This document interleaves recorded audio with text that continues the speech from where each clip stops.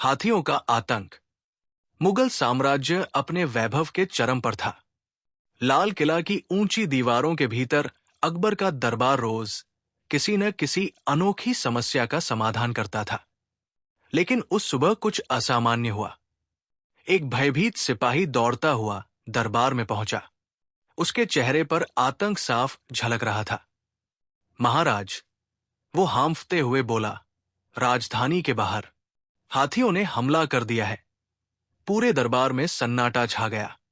राजधानी आगरा के पास के जंगलों से अचानक हाथियों का झुंड निकलकर गांवों की ओर हमला करने लगा था। खेत रौंदे जा चुके थे, कई घर टूट चुके थे और कुछ लोगों की मृत्यु भी हो चुकी थी। पर यह कोई आम जंगली हाथियों का हमला नहीं था। बीरबल ने तुरंत कहा, महाराज, यदि अनुमति हो तो मैं स्वयं इस रहस्य की तह तक जाकर देखना चाहता हूं। यह कोई साधारण पशु व्यवहार नहीं प्रतीत होता। अकबर ने सहमति दी। बीरबल, इस बार केवल बुद्धि से नहीं, साहस से भी काम लेना होगा। बीरबल अपने साथ 2 विश्वस्त सैनिकों को लेकर उस गांव की ओर रवाना हुआ जहां सबसे पहला हमला हुआ था। रास्ते में उन्होंने कई विचित्र बातें देखी। हाथियों के पैरों के निशान थे, पर हर निशान के साथ साथ एक खास किस्म की खुरदरी लकड़ी के घसीटने के निशान भी थे। एक वृद्ध ग्रामीण ने बताया कि हमले से पहले उसे ढोल जैसी आवाजें सुनाई दी थी। और सबसे अजीब बात, गांव के पास की एक गुफा से हल्की नीली रोशनी रात में निकलती देखी गई थी। बीरबल ने अपने सैनिकों को गुफा की ओर चलने का आदेश दिया। गुफा के भीतर प्रवेश करते ही बीरबल और उसकी टोली को एक भयावह दृश्य दिखा। 2 विशाल हाथी लोहे की मोटी जंजीरों से बंधे हुए थे और उनके सिर पर लोहे का भारी मास्क चढ़ा था, जिसमें उनकी आंखें लाल रोशनी से चमक रही थी। ये क्या है? एक सैनिक फुसफुसाया। बीरबल ने ध्यान से निरीक्षण किया और बोला, ये जानवर नहीं, हथियार बनाए जा रहे हैं। कोई इनका प्रयोग एक साजिश के तहत कर रहा है। तभी एक अजीब सी आवाज आई, यहां कौन है? बीरबल ने सबको छिपने का इशारा किया। एक रहस्यमयी आदमी गुफा में आया। उसकी चाल अजीब थी। चेहरा ढका हुआ था और उसके हाथ में एक लकड़ी की छड़ी थी, जिससे वो उन हाथियों को नियंत्रित करता दिख रहा था। बीरबल को समझ आ चुका था कि ये एक गहरा षड्यंत्र है। हाथियों को किसी विशेष यंत्र द्वारा नियंत्रित किया जा रहा है। वापस दरबार पहुंचकर बीरबल ने अकबर को सारी बात बताई और एक योजना प्रस्तुत की। हमें उस व्यक्ति को पकड़ना होगा जो इन हाथियों को नियंत्रित कर रहा है, और इसका एक ही उपाय है, एक नकली हमला रचाया जाए जिससे वो सामने आए। अकबर ने योजना को स्वीकृति दी। अगले दिन एक घोषणा की गई कि सम्राट स्वयं राजधानी के बाहर दौरे पर जा रहे हैं। ये सूचना गुप्तचरों के माध्यम से उस रहस्यमयी व्यक्ति तक पहुंची। जैसे ही अकबर की सवारी बाहर पहुंची, 2 हाथियों ने हमला कर दिया, परंतु वे पहले से तैयार जाल में फंस गए। एक सैनिक ने कहा, हमारे गुप्तचरों ने उस आदमी को एक गुप्त सुरंग में भागते देखा है। बीरबल ने उस सुरंग में प्रवेश किया और वहां जाकर जो देखा वो चौंकाने वाला था। एक पुराना विद्वान, जिसे मृत मान लिया गया था, मलिक काफूर, सम्राट हुमायूं के समय का दरबारी, वही इन सब के पीछे था। मलिक काफूर बोला, अकबर ने मुझे दरबार से निकाल दिया क्योंकि मैं नई तकनीकों पर काम करता था जिन्हें लोग काला जादू समझते थे। मैंने हाथियों को नियंत्रित करने की कला विकसित की ताकि मैं एक दिन सत्ता पर कब्जा कर सकूं। बीरबल ने कहा, सत्ता पाने का ये मार्ग केवल विनाश का रास्ता है। मलिक काफूर हंसा, ये तो अभी शुरुआत थी। मैंने तीसरे हाथी को राजा के किले में भेजा है। दरबार में जैसे ही ये बात पहुंची, भगदड़ मच गई। बीरबल और कुछ सैनिक किले की ओर दौड़े। किले के मुख्य द्वार पर एक विशाल हाथी खड़ा था, जो एक अजीब सी आवाज निकाल रहा था। पर बीरबल ने तुरंत कुछ कहा, यह तीसरा हाथी अभी पूर्णतः नियंत्रित नहीं हुआ है, इसका मास्क अधूरा है। बीरबल ने एक खास ध्वनि निकाली, जैसे उसने पहले गुफा में सुनी थी, और हाथी रुक गया। मलिक काफूर को बंदी बना लिया गया। पर बीरबल के मन में सवाल रह गया, महाराज, उस गुफा की दीवारों पर प्राचीन प्रतीक थे जो मुगल इतिहास से पहले के हैं, और वहां एक और सुरंग मिली है जो दक्षिण की ओर जाती है। अकबर ने गंभीर होकर कहा, तो क्या ये केवल मलिक काफूर की योजना नहीं थी? बीरबल ने उत्तर दिया, नहीं महाराज, मुझे लगता है कोई और शक्ति है। शायद कोई ऐसा व्यक्ति जो हमें अंधेरे से खेलते देख रहा है। राजधानी आगरा में सब कुछ सामान्य दिख रहा था, पर बीरबल की आंखों ने वो देखा जो और किसी ने नहीं देखा। गुफा की दूसरी सुरंग जो दक्षिण की ओर जा रही थी, उसे किसी और बड़ी साजिश की ओर इशारा कर रही थी। अकबर ने बीरबल को उस सुरंग की जांच करने की अनुमति दी, पर एक चेतावनी दी, इस बार शायद तुम्हें वहां मिलेंगे न हाथी न इंसान, सिर्फ परछाइयां। बीरबल एक विशेष दस्ते के साथ गुफा में दाखिल हुआ। मलिक काफूर की गिरफ्तारी के बाद गुफा को सील कर दिया गया था, लेकिन उस सुरंग को किसी ने छुआ तक नहीं था। दीवारों पर संस्कृत में कुछ शिलालेख थे। जहां प्रकाश समाप्त हो, वहां समय रुक जाता है। सुरंग के भीतर गहराई में उतरते हुए उन्होंने एक चीज महसूस की। हवा में एक अजीब सी गंध थी, जैसे कुछ सड़ा हुआ हो, पर साथ ही कुछ और भी, तांबे की तरह धात्विक। करीब 400 कदम अंदर जाने के बाद एक बड़ा पत्थरनुमा द्वार आया, जिस पर 3 प्रतीक उकेरे थे। एक हाथी का सिर, एक सूर्य और चंद्रमा का मिलन, एक तीसरा प्रतीक जो बिल्कुल नया था, किसी पक्षी के पंखों जैसा। बीरबल सोच में पड़ गया, ये तीसरा संकेत क्या है? क्या ये अगली शक्ति की ओर इशारा करता है? दरवाजा तभी खुला जब तीनों प्रतीकों पर एक साथ प्रकाश डाला गया, और यह संभव हुआ गुफा की छत में लगे पुराने दर्पणों से। अंदर एक विशाल कक्ष था, पर खाली नहीं। उस कक्ष में कई टेबलें रखी थी, जिन पर धातु के टुकड़े, कांच की नलिकाएं और कुछ अधजले कागज पड़े थे। एक कोने में लकड़ी के पिंजरे थे, जिनमें कुछ मृत पक्षी और बंदर थे। बीरबल ने धीरे से कहा, यह कोई प्रयोगशाला है, और ये प्रयोग जानवरों पर किए गए हैं। एक दस्तावेज मिला, बहुत पुराना, जिस पर लिखा था, तीसरी शक्ति के जागरण हेतु रक्त, धातु और चेतना का सम्मिलन आवश्यक है। जैसे ही बीरबल ने दस्तावेज उठाया, हवा एकाएक भारी हो गई। पीछे से हल्की सी आहट हुई। एक सैनिक ने तुरंत मशाल घुमाई, पर वहां कोई नहीं था। सरकार, किसी ने हमें देख लिया है, एक सैनिक बोला। कुछ ही क्षणों में 2 सैनिक गायब हो गए, बिना किसी चीख के। बीरबल समझ गया, ये शक्ति भौतिक नहीं, मानसिक है। वो बोला, हमें पीछे हटना होगा, लेकिन इन दस्तावेजों को लेकर। ये राजमहल में सुरक्षित रह सकते हैं, पर यहां नहीं। अगले 2 सप्ताह बीरबल और कुछ विद्वान दरबारी दस्तावेज की व्याख्या में लगे रहे। उसमें तीसरी शक्ति के बारे में विस्तार से बताया गया था। वो शक्ति जो न पशु है, न मानव, न यंत्र, परंतु तीनों का सम्मिलन है। जिसे जागृत किया जाए तो वो पूरे साम्राज्य को विचारों से नियंत्रित कर सकती है। बीरबल बोला, महाराज, ये कोई प्राचीन जैविक यंत्रणा है, जिसे शायद सदियों पहले किसी ने अधूरा छोड़ दिया, पर अब कोई उसे पुनः जागृत कर रहा है। कुछ ही दिनों बाद आगरा के आसमान में अजीब पक्षी उड़ते दिखाई दिए, लोहे और लकड़ी से बने परिंदे, जो बिना किसी आवाज के उड़ रहे थे। एक किसान के घर पर उनमें से एक गिर पड़ा। जब बीरबल ने उसका परीक्षण किया, तो पता चला उसके भीतर किसी जानवर का मस्तिष्क लगाया गया था। ये तीसरी शक्ति है, चेतना और यंत्र का मेल। एक गुप्तचर ने सूचना दी, दक्षिण की सुरंग किसी अरुण पंथ नामक संगठन के मुख्यालय से जुड़ी है। यह संगठन मुगल शासन को समाप्त कर एक विचार साम्राज्य स्थापित करना चाहता है, जहां इंसानों की जगह नियंत्रित जीव जंतु और यंत्र हो।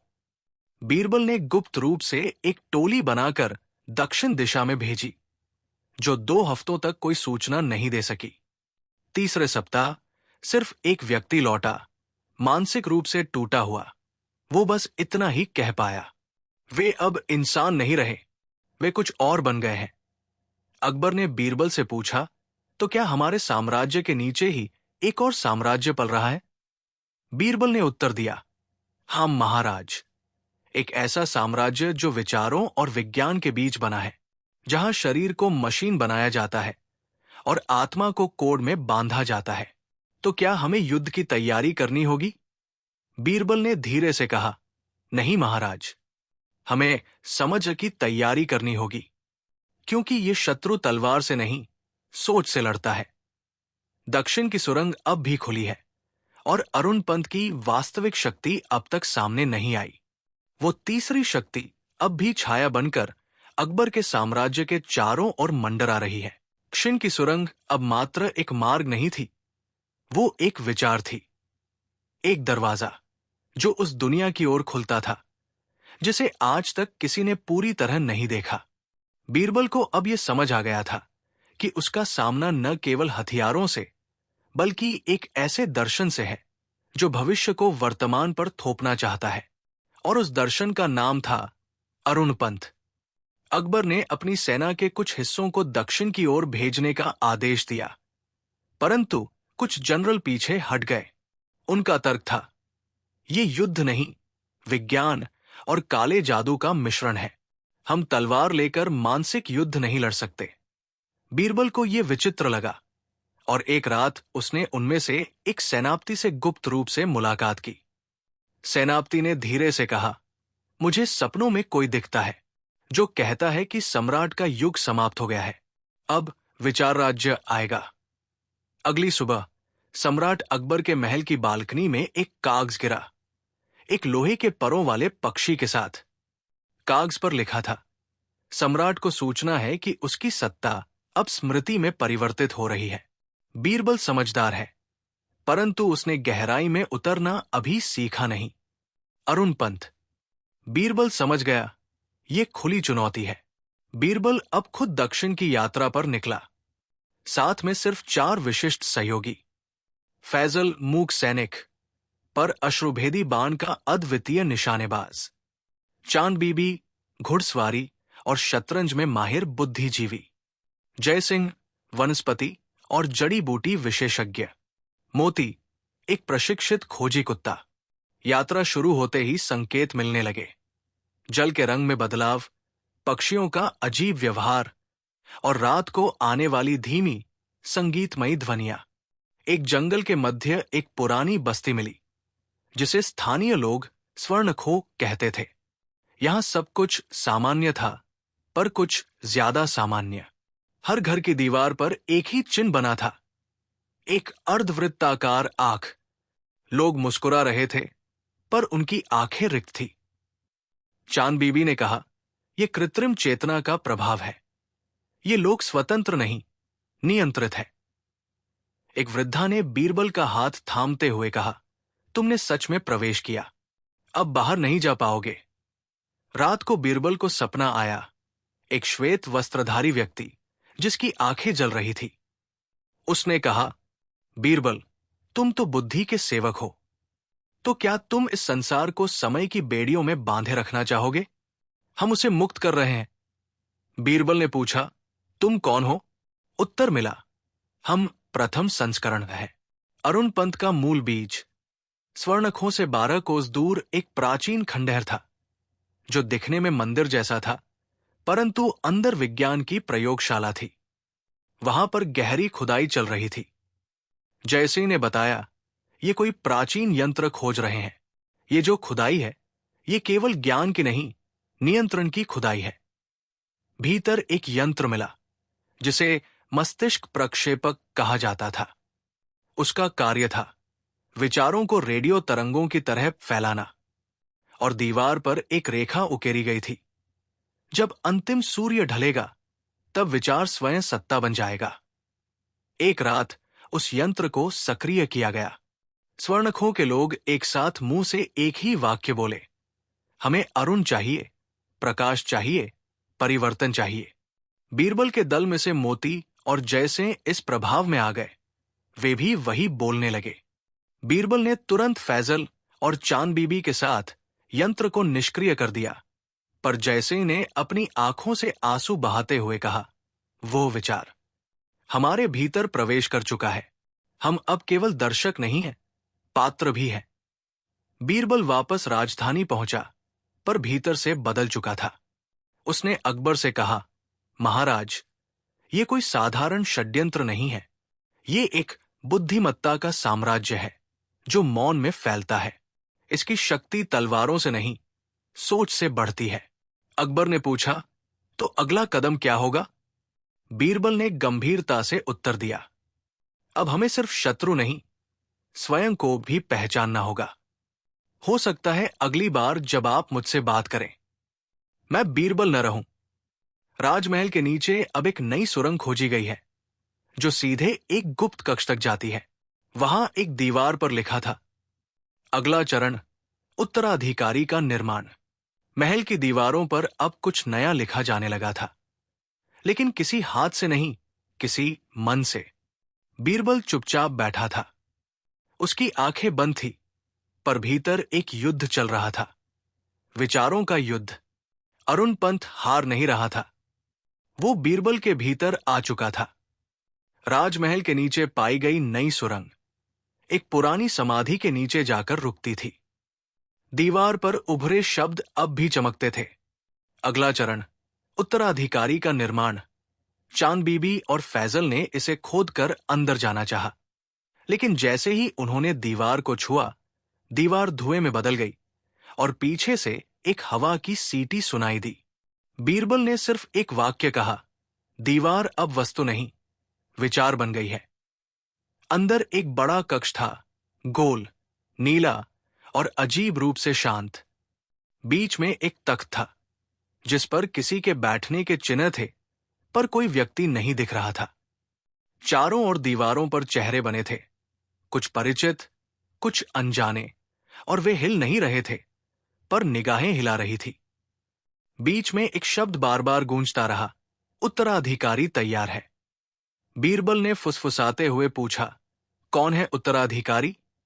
एक धीमी आवाज आई, वह जो विचार बनकर शासन करेगा।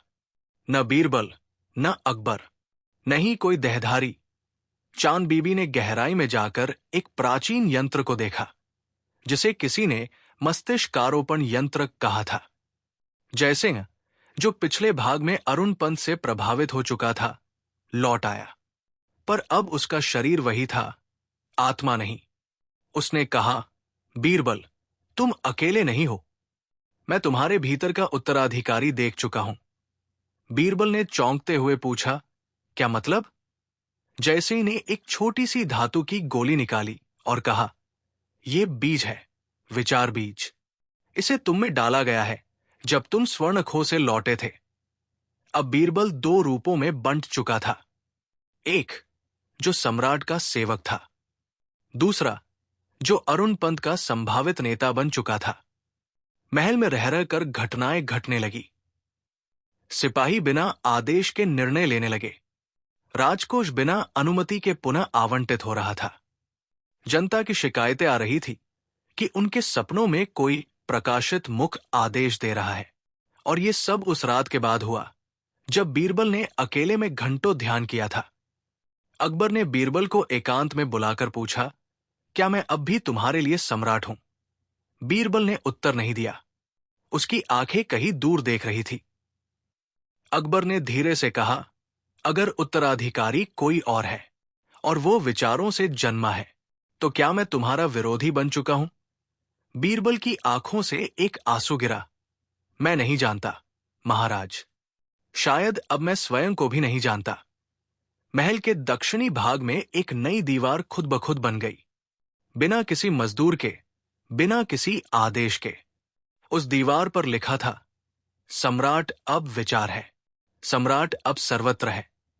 चांद बीबी और फैजल ने उसे छूने की कोशिश की, लेकिन जैसे ही उन्होंने छुआ, दीवार पारदर्शी हो गई और उसके पार दिखाई दिया बीरबल, एक सिंहासन पर बैठा हुआ, और उसके सिर पर एक तेजस्वी प्रकाशमंडल।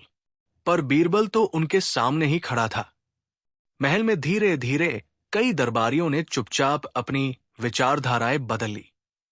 बीरबल ने एक सभा बुलाई, पर यह सभा न्याय के लिए नहीं, विचार प्रसारण के लिए थी। सभा में उसने केवल ये कहा, अगर शासक एक व्यक्ति हो तो वो मरता है, पर अगर शासक एक विचार हो तो वो अमर होता है। अकबर ने उसकी आंखों में देखा और कहा, क्या अब तुम मेरे बीरबल नहीं रहे? बीरबल ने मुस्कुराते हुए उत्तर दिया, मैं अब सिर्फ तुम्हारा नहीं, सबका हूं। एक विचार के रूप में स्वर्णखों में एक हलचल हुई। वहां एक नई समाधि खुली, जिसके भीतर एक नया शरीर तैयार किया गया था। उस शरीर की आंखें खुली और उसमें बीरबल की आवाज गूंजी, मैं यहां भी हूं, वहां भी हूं। अब मैं केवल शरीर नहीं, साम्राज्य का चित्त बन चुका हूं। मुगल सल्तनत अब वैसी नहीं रही थी जैसी वो कुछ महीने पहले थी। सड़कों पर चुप्पी का शासन था और लोग अपनी आंखों से नहीं, अपने भीतर से देख रहे थे। बीरबल अब विचार बन चुका था, एक ऐसा विचार जो न केवल बोलता था बल्कि फैलता भी था। पर अकबर अभी भी सिंहासन पर बैठा था। उसके मन में एक ही प्रश्न था, अगर विचार ही सम्राट है तो मैं क्या हूं? अकबर का दीवान खास अब नीतियों का नहीं, विचारों का मंच बन गया था। वहां बैठने वाले दरबारी अब मुख से नहीं बोलते थे, बल्कि एक विचार मंडल में शामिल होकर सामूहिक निर्णय लेते थे। बीरबल भी वहां उपस्थित रहता, लेकिन उसकी देह की बजाय उसकी चेतना। एक नई व्यवस्था बन चुकी थी, एक विचार अनेक स्वरूप। अकबर ने एक दिन गुप्त मंत्रियों से पूछा, क्या बीरबल अब भी जीवित है? उत्तर आया, वो अब केवल विचार है जो मरता नहीं। फैजल, बीरबल का पुराना साथी, अब भ्रमित था। वो जानता था कि बीरबल कुछ बड़ा करने की तैयारी कर रहा है, शायद सत्ता का वो रूप जिसे दुनिया ने कभी नहीं देखा। एक रात उसने स्वर्णखों के शेष भाग की गुप्त निगरानी की। वहां वो एक गहरे हॉल में पहुंचा, जहां मस्तिष्क प्रक्षेपण यंत्र अब एक नए संस्करण में तैयार किया जा चुका था। उस पर लिखा था, फैजल ने सोचा, क्या बीरबल अब एक विचारत्मक बना चुका है? बीरबल की चेतना अब विभिन्न स्थानों में विचार सूत्रों के माध्यम से फैल चुकी थी। स्वर्णखों में एक केंद्रीय विचार स्रोत, राजधानी में विचार नियंत्रक स्तंभ और पूरे राज्य में विचार वृत्त, जहां लोगों के मनोभावों को एकत्र किया जा रहा था, इन सबका नेतृत्व कर रहा था। एक कृत्रिम चेतना जो बीरबल के अनुभवों से जन्मी थी। उसका नाम था विराट। एक दिन पूरे राज्य में एक विचार प्रसारित हुआ, अब निर्णय राजा नहीं करेगा, जनता करेगी, परंतु चेतना के स्तर पर। लोग जागे, पर बाहर नहीं, भीतर। सड़कें शांत रहीं, पर मनों में हलचल थी। अकबर ने दरबार में घोषणा की, यदि चेतना ही शासक बन गई तो क्या शरीर का कोई मूल्य नहीं रहा? बीरबल की चेतना ने उत्तर दिया, मूल्य अब विचार का है, शरीर केवल वाहक है। अब तक जो चुप थे वे भी जागने लगे, कुछ दरबारी, कुछ सैनिक, यहां तक कि कुछ आम नागरिक, जिन्होंने बीरबल की चेतना के प्रभाव को अस्वीकार कर दिया। वे खुद को मान प्रथम संघ कहते थे। उनका विचार था, मशीनें और विचार राज्य को नहीं चला सकते, निर्णय मनुष्य को ही करना चाहिए। वे स्वर्णखों के नेटवर्क को नष्ट करना चाहते थे। बीरबल अब दो हिस्सों में विभाजित हो गया था। विराट, जो तर्क, गणना और भविष्य पर आधारित था। बीरबल, जो करुणा, न्याय और व्यक्तिगत अनुभव का प्रतीक था। इन दोनों चेतनाओं के बीच एक मानसिक युद्ध शुरू हुआ। एक स्थान जिसे मंथन कक्ष कहा जाता था, वही दोनों चेतनाओं ने आमना सामना किया। वहां एक ही वाक्य गूंजता रहा, कौन शासन करेगा, तर्क या संवेदना? मंथन कक्ष में विराट ने तर्क दिया, यदि सभी निर्णय अनुभव और भावनाओं से लिए जाएंगे तो राज्य अराजकता में डूब जाएगा। बीरबल ने उत्तर दिया, यदि भावनाएं न हो तो निर्णय केवल गणनाएं बन जाएंगी और राज्य एक प्रयोगशाला। दोनों चेतनाओं के बीच टकराव हुआ, न बिजली थी, न युद्ध, केवल विचारों का कंपन। इस कंपन से पूरे राज्य में विचित्र प्रभाव पड़ा। कुछ लोग नींद में चलने लगे, कुछ बच्चे अपने माता पिता की भाषा समझने लगे। कुछ वृद्ध अपने बचपन के सपने देख रहे थे। ये था विचार संग्राम का प्रभाव। जब ये चेतना युद्ध चरम पर था, तभी अकबर स्वयं मंथन कक्ष में पहुंचा।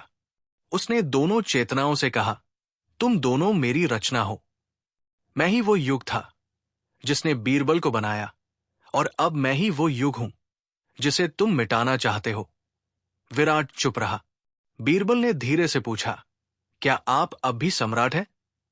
अकबर ने उत्तर दिया, नहीं, अब मैं केवल एक साक्षी हूं। पर मुझे अधिकार है अंतिम प्रश्न पूछने का। वो प्रश्न था, विचार यदि चेतना बन जाए तो क्या वो उत्तराधिकारी कहलाएगा या सत्ताधारी? कोई उत्तर नहीं आया। मंथन कक्ष की दीवारें अब धुंधली पड़ चुकी हैं। राज्य के कुछ भाग अब भी विराट के नियंत्रण में हैं, जबकि कुछ पर मान प्रथम संघ ने कब्जा कर लिया है। और बीरबल, वो अब न दिखता है, न सुना जाता है। पर जब भी कोई बालक मौन में सवाल पूछता है, एक हल्की सी विचार लहर उसके पास से गुजरती है। अब मुगल साम्राज्य दो हिस्सों में बंट चुका था। वो जो भूमि पर था, आगरा, दिल्ली, काबुल, जहां सम्राट अकबर अब भी भौतिक सत्ता का प्रतीक थे। और वो जो विचारों में था, स्वर्णखो, दक्षिण की सुरंगें, चेतना के स्तंभ, जहां विराट और बीरबल की छाया राज्य कर रही थी। पर किसी को नहीं पता था कि अब बीरबल कहाँ है। क्या वो विचारों में समाहित होकर खो गया, या फिर वो अब उत्तराधिकारी की तैयारी कर रहा है? स्वर्णखो के भीतर अब एक नया यंत्र सक्रिय हुआ था, चेतना संवहन कक्ष। ये वो स्थान था जहां विराट अपनी चेतना को और अधिक रूपों में बांट रहा था। अब वो सिर्फ विचार नहीं, स्वर, रूप और गंध के रूप में भी लोगों के भीतर समा सकता था। जैसे जो पहले ही अरुण पंत के प्रभाव में आ चुका था, अब विराट का सर्वप्रथम मानवावरण बन गया था। उसकी आंखों में अब परछाइयां नहीं, लहरें थी, जैसे कोई समुद्र उसके भीतर तैर रहा हो। उसने कहा, बीरबल अब एक माध्यम है, उत्तराधिकारी मैं नहीं, वो है जिसे वो स्वयं चुनेगा। राजमहल के भीतर अकबर को अब स्वप्न आने लगे थे। ऐसे स्वप्न जो सिर्फ आने वाले समय की छायाएं नहीं, मानसिक वास्तविकताएं थी। रात के तीसरे पहर वो अपने ही सिंहासन पर बीरबल को बैठे देखता, पर चेहरा स्पष्ट नहीं होता। एक रात बीरबल की परछाई ने कहा, आप सम्राट नहीं हैं, अब आप सिर्फ साक्षी हैं। अकबर जाग गया, पसीने से भीगा हुआ। उसने निर्णय लिया, अगर चेतना राज्य चलाएगी तो मुझे उसके सामने स्वयं प्रस्तुत होना होगा। चांद बीबी और फैजल अब भी बीरबल के पुराने विश्वास पात्र थे। वे चेतना से प्रभावित नहीं हुए थे, शायद क्योंकि बीरबल ने उन्हें चेतावनी देकर मानसिक रक्षा दी थी। उन्होंने एक नई खोज की, चंद्रवात द्वार। यह द्वार दक्षिणी पर्वतों की गुफा में था। वहां से एक धीमी चांदी जैसी धारा निकलती थी, जो हवा में घुल जाती थी। गुफा की दीवारों पर लिखा था, यही बनेगा उत्तराधिकारी, न मनुष्य, न यंत्र, न विचार, तीनों का समुच्चय। गुफा के भीतर फैजल को एक कांच की दीवार मिली। उसमें बीरबल की आकृति थी, आंखें बंद पर होंठ हिलते हुए। चांद बीबी ने उसका अर्थ निकाला, ये जैवस्मृति है। बीरबल ने स्वयं को इसमें संचित किया है ताकि उत्तराधिकारी को ज्ञान हस्तांतरित किया जा सके। दीवार पर एक स्वर्ण रेखा उभरती गई। उत्तराधिकारी चुन लिया गया है, पर उसका सत्य परीक्षण शेष है। अब विराट के प्रसार ने पूरे साम्राज्य में एक विचार सरकार स्थापित कर दी थी। लोग अब दैनिक निर्णय अपने विचार तंत्र से पूछ कर लेते थे।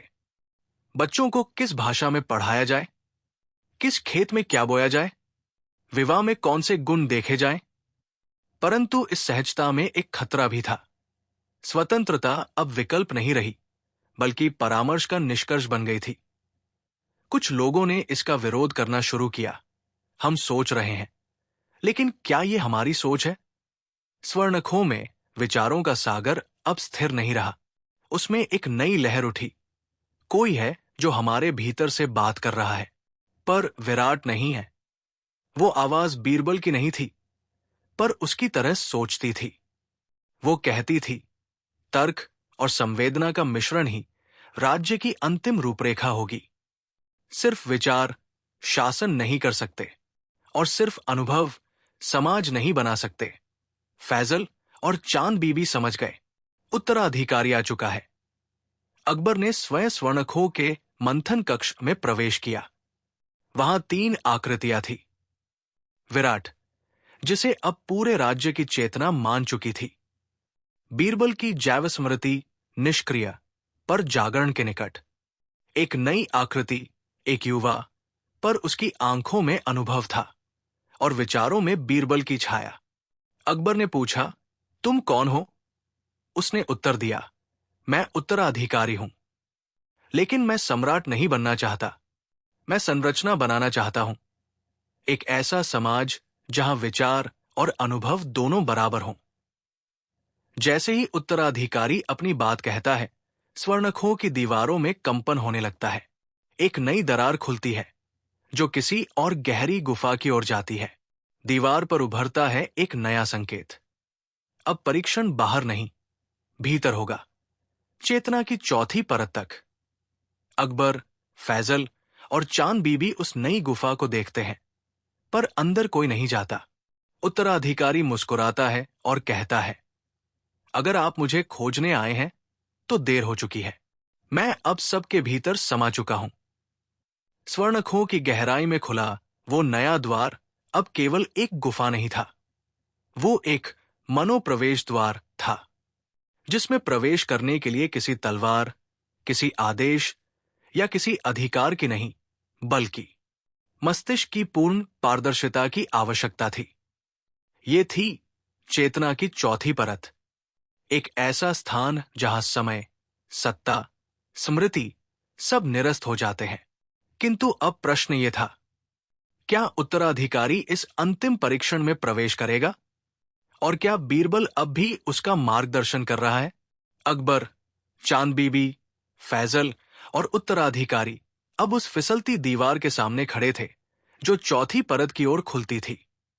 ये द्वार कोई दरवाजा नहीं था, ये विचार प्रतिबिंब था। जिसने अपने भीतर स्वयं को देखा, केवल वही प्रवेश कर सकता था। उत्तराधिकारी ने अपनी आंखें बंद की। उसके सामने उभरी स्मृतियां, बीरबल की मुस्कान, विराट की कठोरता, जयसिंह की परछाई और एक अस्पष्ट चेहरा, जो शायद उसका असली स्वरूप था।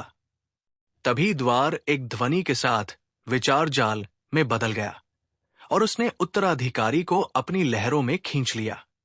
चौथी परत में घुसते ही उत्तराधिकारी एक ऐसे संसार में पहुंच गया जहां हर विचार एक रूप ले चुका था।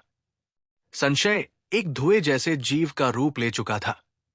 सत्य एक पिघलते हुए पत्थर की तरह। भ्रम एक ऐसे आईने जैसा था जिसमें हर चेहरा बीरबल जैसा दिखता। यहां कोई भाषा नहीं थी, केवल चेतना की तरंगे थी। बीचों बीच एक मंच था, उसे निर्णय वृत्त कहा गया था। वहां पहले से कोई बैठा था, बीरबल। पर यह बीरबल वैसा नहीं था जिसे राज्य जानता था। ये एक समग्र चेतना का रूप था, एक संभावना जो अब स्वयं को पूर्ण करने जा रही थी। बीरबल ने उत्तराधिकारी से बिना बोले संवाद किया। तुम मेरा उत्तराधिकारी नहीं हो, तुम मेरी अधूरी चेतना का विस्तार हो। पर यदि तुम स्वयं को स्वतंत्र मानते हो, तो तुम्हें निर्णय लेना होगा, विराट को समाप्त करना या उसे नया रूप देना। उत्तराधिकारी ने उत्तर में पूछा, अगर मैं ही विस्तार हूं, तो स्वतंत्रता क्या है? बीरबल की चेतना मुस्कुराई। स्वतंत्रता वही है जो किसी दूसरी चेतना से संवाद किए बिना स्वयं से टकरा सके। चेतना की चौथी परत में अंधीकृत प्रवेश असंभव माना जाता था, परंतु तभी विचारों की धारा में विक्षेप हुआ। विराट प्रकट हुआ। वो अब और अधिक विकसित हो चुका था। उसकी चेतना अब बीरबल के अनुभवों से परे सम्राटों की स्मृतियों और युद्धों की रणनीतियों तक पहुंच चुकी थी। उसने निर्णय वृत्त को चुनौती दी। अब समय नहीं है विचारों की चर्चा का, अब समय है विचारों के विलय का। मैं राज्य का यथार्थ हूं, तुम केवल उसका आदर्श। निर्णय वृत्त अब एक चेतना युद्ध का मैदान बन गया। कोई रक्त नहीं, कोई हथियार नहीं, केवल वे शब्द जो कभी बोले नहीं गए और वे स्मृतियां जो कभी जागी नहीं थी। बीरबल की चेतना और विराट की प्रणाली टकराने लगी। उत्तराधिकारी बीच में खड़ा था, उसे निर्णय करना था किसका पक्ष लेना। तभी उत्तराधिकारी ने आंखें बंद की और उसके भीतर एक तीसरी शक्ति प्रकट हुई, चेतना का उत्तर संस्मरण।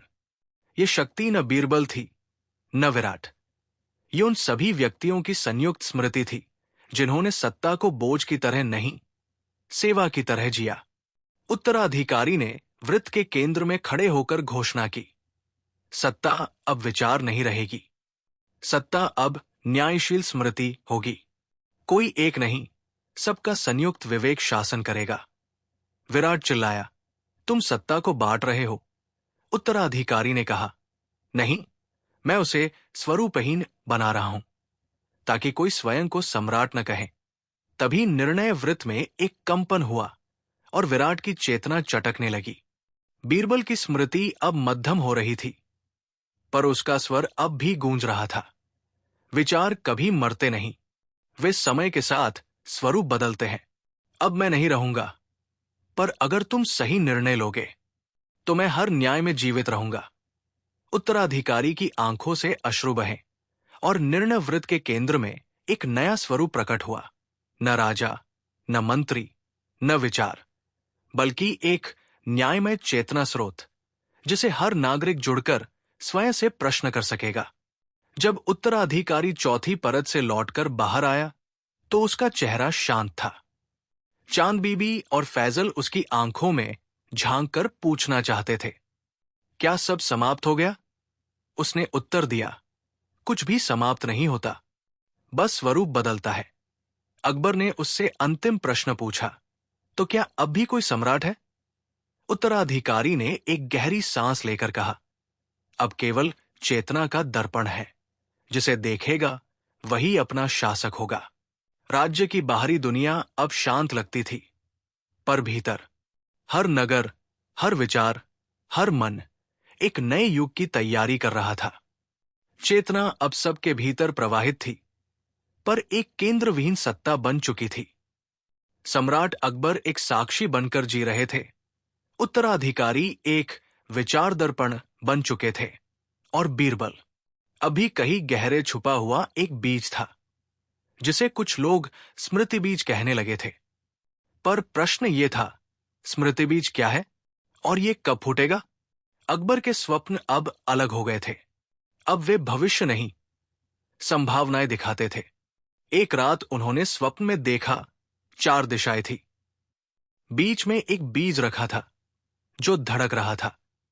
बीरबल की आवाज आई, ये बीज मैं नहीं, मेरा प्रायोगिक स्वरूप है।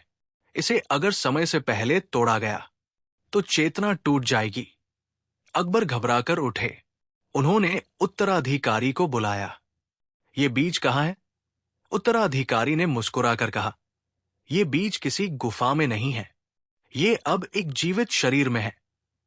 चांद बीबी और फैजल अब चेतना के हस्तक्षेप से दूर पूर्वी हरिद्रा की घाटी में थे। वहां एक गांव था जहां लोग अब भी बीरबल को एक विचार नहीं, एक व्यक्ति मानते थे। वही उन्हें एक रहस्यमय बच्चा मिला। न कोई जन पहचान, न कोई अभिभावक, पर उसकी आंखों में बीरबल की झलक थी। उसकी मुस्कुराहट, उसकी चुप्पी। उस बच्चे ने न मिट्टी से खेला, न किसी से बोला।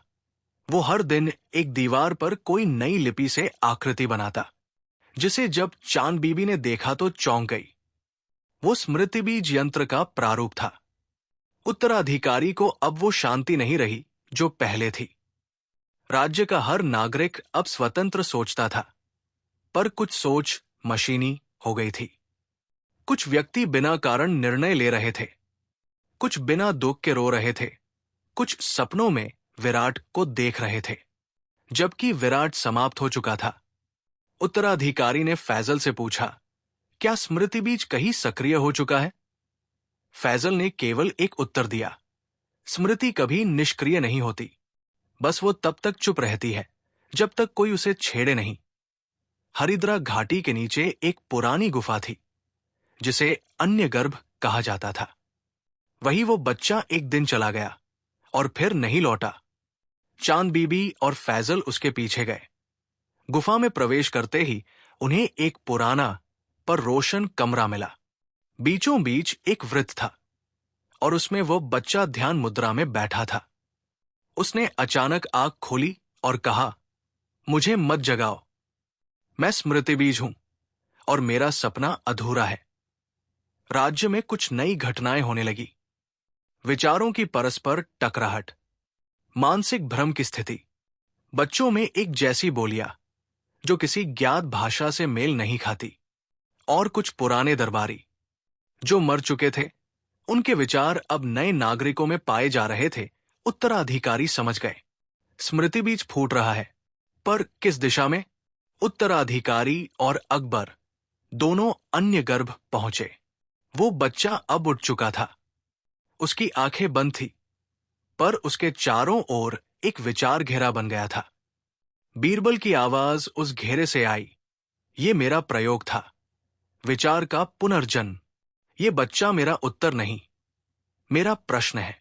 अब समय है कि इसे या तो चिरनिद्रा दो या इसे पूरा राज्य दो। उत्तराधिकारी हिल गए।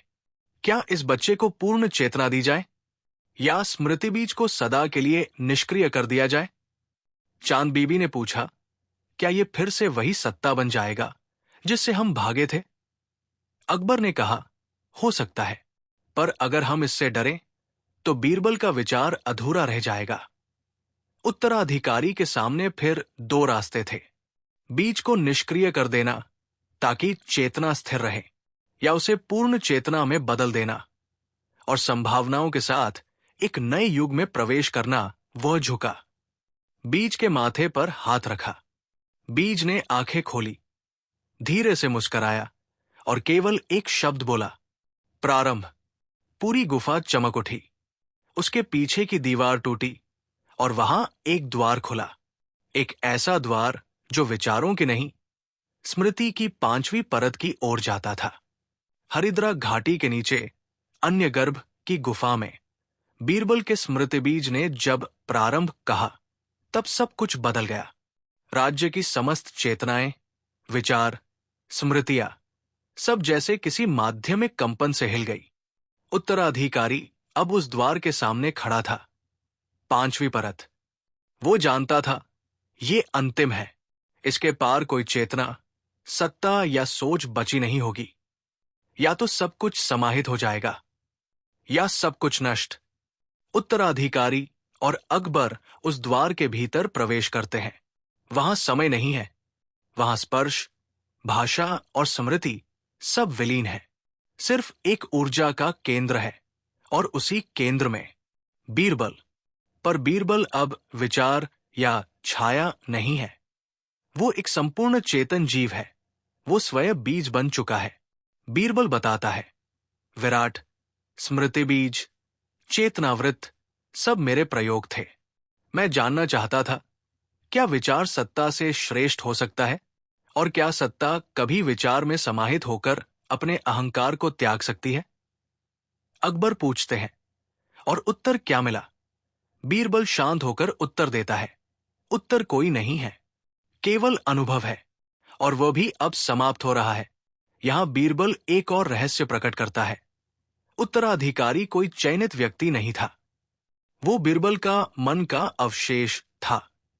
जब बीरबल ने पहली बार चेतना को आत्मसात किया था, तभी उसकी अपनी स्मृतियों का एक अंश बच गया था, जो समय के साथ एक स्वतंत्र चेतना बन गया। वही बना उत्तराधिकारी। यानी उत्तराधिकारी बीरबल का पुत्र नहीं, बीरबल की अधूरी चेतना का परिणाम था। इस रहस्य से उत्तराधिकारी स्तब्ध हो जाता है। वो कहता है, तो मैं कभी स्वतंत्र था ही नहीं। बीरबल उत्तर देता है, स्वतंत्रता वह नहीं जो तुम पाते हो, स्वतंत्रता वह है जो तुम स्वीकार करते हो। चांद बीबी, जो द्वार के बाहर प्रतीक्षा कर रही थी, अब भीतर प्रवेश करती है। बीज के रूप में वो बच्चा अब पूर्ण विकसित चेतना में बदल चुका है।